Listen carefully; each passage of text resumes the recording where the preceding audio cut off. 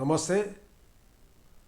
మన బాపూజీ వచనంలో ఆస్తుల పరిరక్షణ కోసం ఆస్తుల్ని కాపాడాలని దాంతో ఒక ప్రచారం వినబడుతుంది.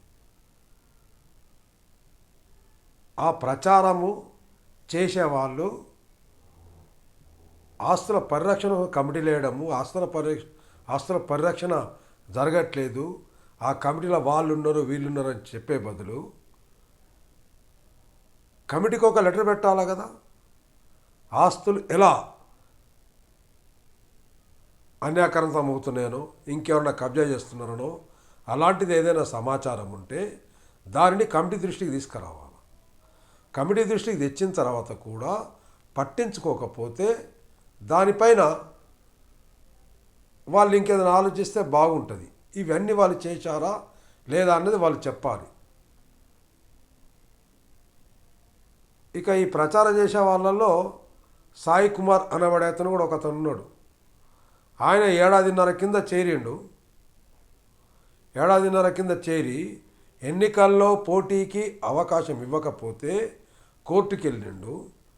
ఏదో కుట్రాన్ని మాట్లాడుతున్నాడు. ఈ నిబంధనావళి మొత్తం కూడా 2012లో రూపొందించబడింది. ఇప్పుడున్న కమిటీకి కానీ ఇంతకుముందు ఈ పీరియడ్ కూడా ముందున్న కమిటీ కానీ సంబంధం లేదు. 2014 కంటే ముందున్న కమిటీకి అది సంబంధం. అప్పుడు అది మార్చబడింది, దాన్ని కొనసాగిస్తూ వస్తున్నారు. అలాంటప్పుడు ఎన్నికల అధికారులను కానీ లేదా ఈ కమిటీని కానీ తప్పుపట్టడం అనేది ఎంతవరకు సమంజసమో ఆలోచించాలి. ఇప్పటికైనా ఆస్తులకు సంబంధించిన వివరాలు వాటికి నష్టం కలిగించేటట్టుగా ఏమైనా ఉంటే వాటికి సంబంధించిన వివరాలతోటి ఒక లేఖను కమిటీకి పెట్టండి. ఇది నిర్మాణ పద్ధతి. ఈ పద్ధతిని అనుసరిస్తే సంస్థ ప్రతిష్ట నిలబడుతుంది. అట్లా కాకుండా బయట పోయి మీడియాకి వెళ్ళేసేసి ప్రచారం చేస్తే మాత్రం అది సంస్థ ప్రతిష్టను దెబ్బతీయడం కోసం మాత్రమే మీరు ఇది చేస్తున్నారనేది అనుకోవాల్సి వస్తుంది. కాబట్టి దయచేసి ఇలాంటి ప్రచారాలు మానుకొని నిర్మాణాత్మకంగా వ్యవహరించాలని కోరుతున్నాను.